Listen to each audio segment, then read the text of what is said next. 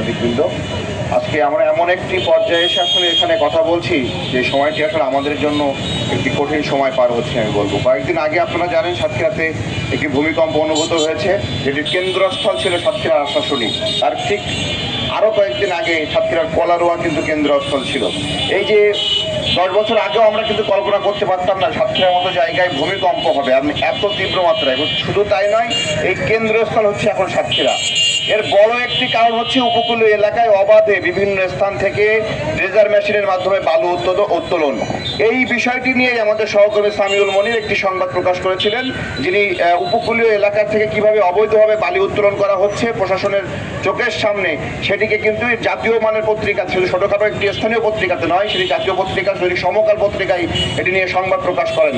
সেটির কারণেই, অন্য কোনো কারণ নয়, শুধুমাত্র এই সংবাদ প্রকাশ করার কারণেই এই চক্রটি, বালু খেকো চক্র, তারা কিন্তু সেই সাতক্ষীরা আশাশুনি এবং শ্যামনগরের যে সমস্ত এলাকায় বালি চক্র রয়েছে, এই চক্র মিলিত হয়ে শ্যামনগর প্রেস ক্লাবে একেবারে প্রকাশ্য দিবালোকে মত করে কিন্তু আমাদের সহকর্মী সামিউল মনিরের উপরে হামলা করেছে এবং তার সুষ্ঠু বিচার হোক, এই বলে আমি আমার সংক্ষিপ্ত বক্তব্য।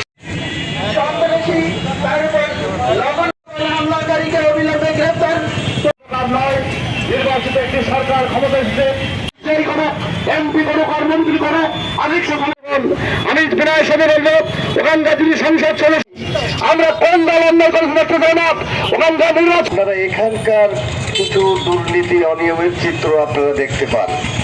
সুন্দরবন উপকূলে নদীর বালু খেয়ে ফেলছে, এটি আপনাদের অনেকেরই অজানা এবং অনেকে সবাইকে গ্রেফতার করে উপযুক্ত শাস্তির ব্যবস্থা করতে হবে, বিচারের মুখোমুখি দাঁড় করাতে হবে।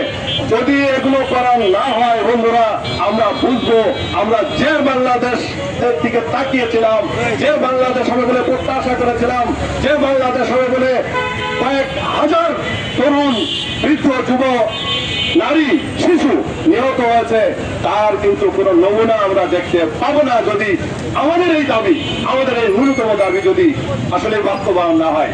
সব শেষে আমি আবারও হুঁশিয়ার করে দিতে চাই সব পর্যায়ে যারা রয়েছেন, সাংবাদিকদেরকে খেলনা ভাববেন না, সাংবাদিকদেরকে আপনারা ফালতু ভাববেন না, সাংবাদিকদেরকে শক্তিহীন ভাববেন না। আমরা জানি কলমের শক্তি কত দূরে। আপনি আনোয়ার সাহেব কয়েকদিন আগে এই যে বালু উত্তর, আপনি আপনার বিরুদ্ধে শোকজ হয়েছে, তাহলে শ্যামনগরে বসে রিপোর্ট হয় আর শোকজ হয় ঢাকার থেকে। আপনার বুঝতে হবে সাংবাদিকদের কলমের ধার কত। আপনারা উন্মাদ হয়ে গেছেন, আপনারা উন্মাদ হয়ে গেছেন।